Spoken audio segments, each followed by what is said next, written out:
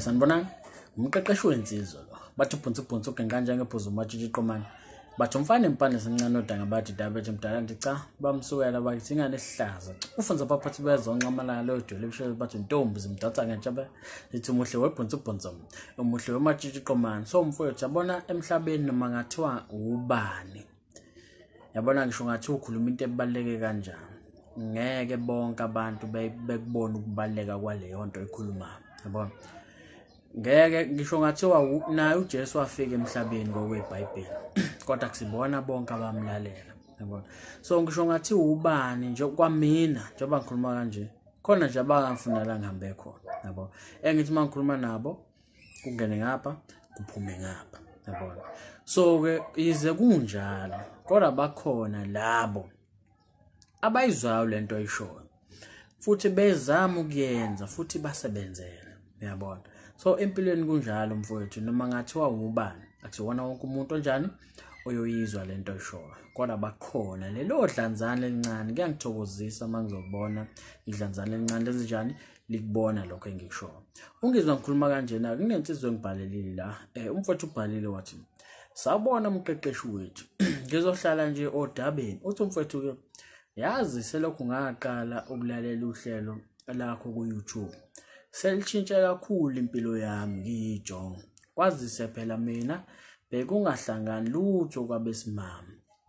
Yabona ke ingakho ngihlezi ngisho ngithi yabona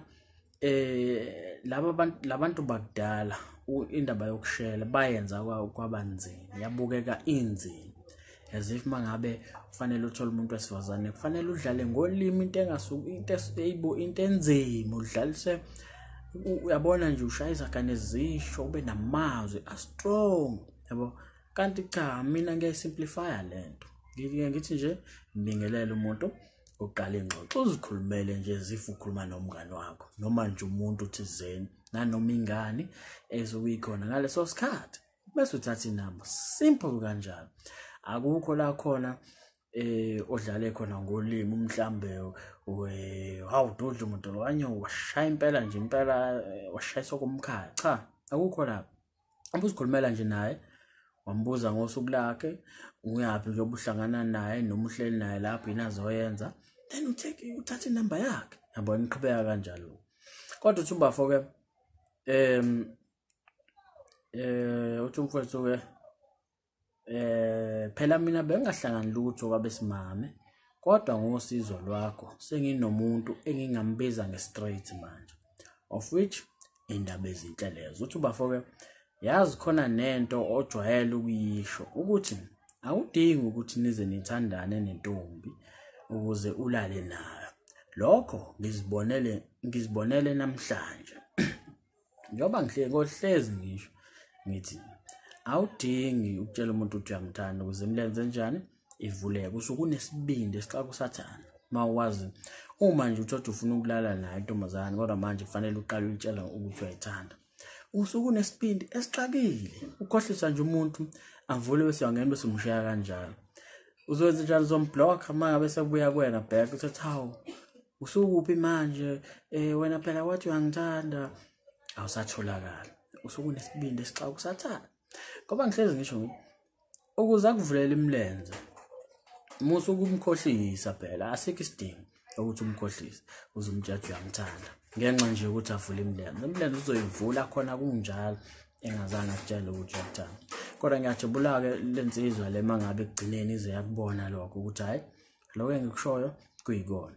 Uma wena ungakakuboni ubuka le video ngiyakuthembisa ukuthi ngelinye ilanga uzokubona mhlawumbe futhi nawe usowakubona.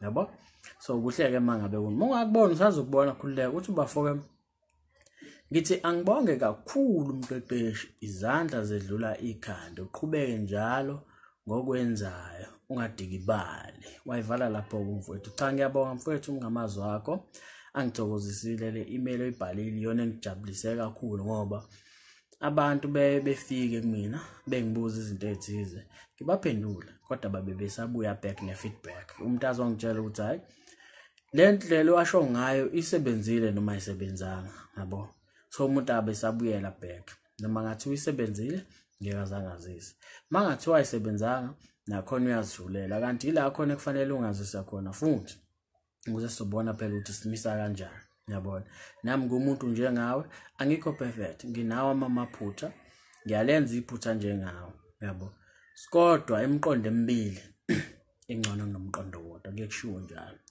So ngiyayijabulela i-email yakho, ngithokozise kakhulu and ngiyakuthembisa mfowethu ukuthi angisazoqhubeka ngenze engikwenzayo ngoba bakhona abanye abangakayiboni kwakuyibona le channel kodwa basazoyibona futhi ishintshe impilo zabo ngendlela nami engifisa kwenzeke ngayo. Yabo, so ke mfethu mangabe unesifiso sokubhalela umqeqeshi wensizwa ungambhalela ku-email ethi mqeqeshiwezinsizwa@gmail.com uma nje ufisa ukuthi mina nawe sibonisane ngodaba lakho. Ukhumbuleke mfethu ukuthi umqeqeshi wensizwa ikhala lenjabulo. Sho mfethu.